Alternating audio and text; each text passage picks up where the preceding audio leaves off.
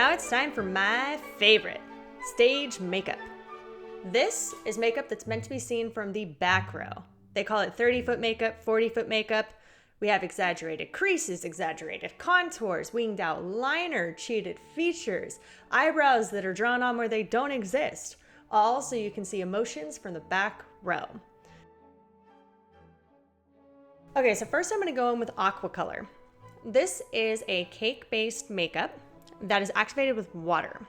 So it looks really light right now. That's because as it dries, it oxidizes. So it's going to darken quite a bit. I'm just applying that haphazardly all over with a brush. It's going to streak and make kind of interesting shapes all over the face if you have too much water. So you can always go in and buff it out with another brush to make it look a lot more even.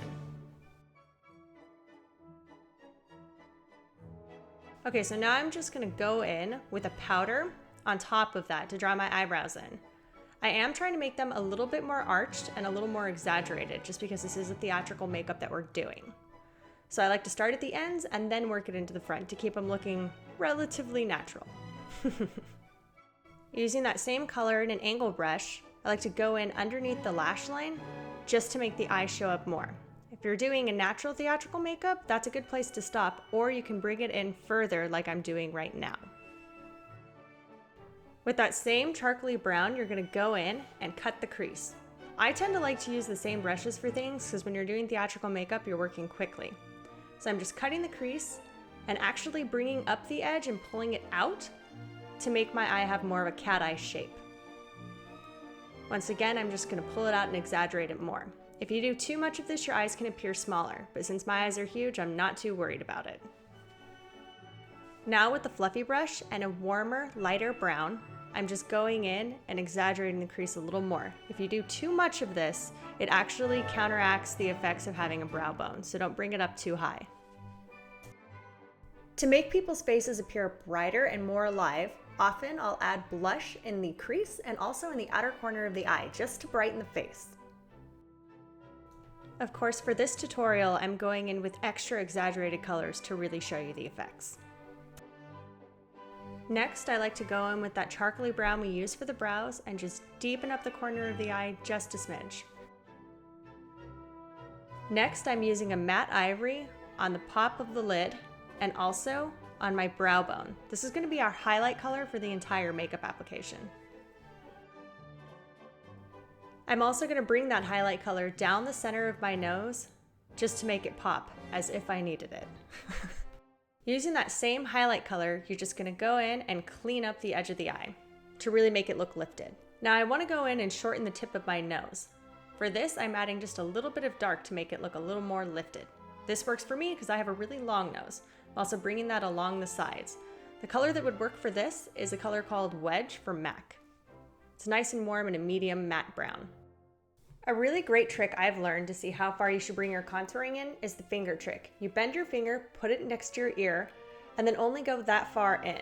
If you bring it in too far, past the outer edge of your iris, you're going to look sunken in and dead. So only bring it in, just that little bit in the hollow of the cheek. When contouring in theatrical makeup, you want to make sure that you don't go too dark.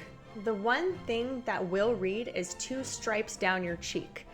If you go too dark, it's going to look very strange. For the purposes of this video, I'm really exaggerating everything so you can see. Now I'm just going to go in with a warm matte blush color right on my cheekbones and also along the forehead and in the temples just to brighten the face. Now I wipe out the blush brush and just quickly put a highlight right on my cheekbones and in the center of my face. Now it's important to remember that nobody is going to see your face that close up, so don't worry too much about your eyeliner. You just want to make sure the basic shape is correct. For this, I'm using aqua color. Once again, it's the same thing we used for the base. And I'm using the bottom of my eye as a guide to show me where the wing should be. Remember, you want to lift the eye, not drag it down.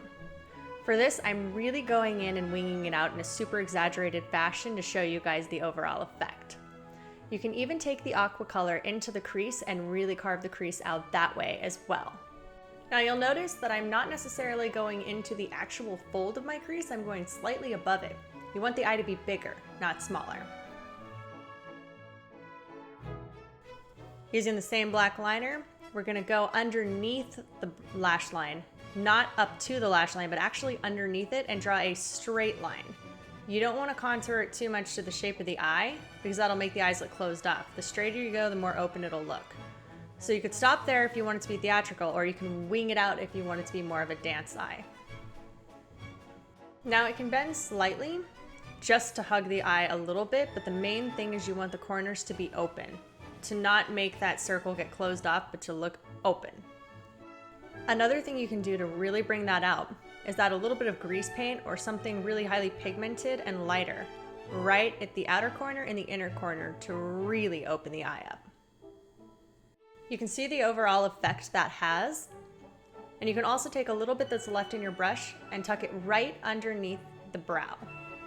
You don't want to bring it out too far to look strange, but just to give the brow more of a pop. The final thing you can do to open your eye is to add a lighter color in your waterline. Now I'm going to go in with a bright red lipstick. This is going to make the lips pop from far away. You don't want to go too muted or too maroon because it can make the lips look smaller. I'm using Opie Siren Star for this, and then I'm going to blot it at the end.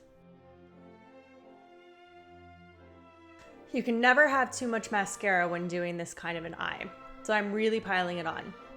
Next, I'm taking any excess glue off the lashes that you're probably repeatedly using before I apply them. You can just peel it off, put the glue on, and apply the lash. Make sure you apply it in a lifted fashion. Don't tuck it down to the outer corner, but make it lift and go along the same shape as the eyeliner. You want to make sure everything you're drawing on the face, including the lashes, is going to lift the face and make it appear younger and happier, never sadder and more aged. Every time I do theatrical makeup, I always do a once-over in a far-away mirror. You're going to catch things that you wouldn't ordinarily see. I'm noticing my lips have too much shine, and I'm also realizing that my cheekbones have been dragged down a little bit by the bad contouring. So I'm going to lift it up by taking some of the same base and trying to buff it in. I'm also lightening it a little bit because I went super heavy to make sure I could show you guys. So there you guys have it. This is a basic, really glamorized theatrical makeup. If you wanted to make it more of a natural makeup, you could take the bottom liner in and the top liner and also not carve the crease out. This is going to be really good for a dance recital or a ballet recital, but maybe a little much for theater. You can see everything from the back row, and that's kind of the point. Thanks everyone, have fun trying out your own theatrical looks, and please tag me in them so that I can see all of your great work.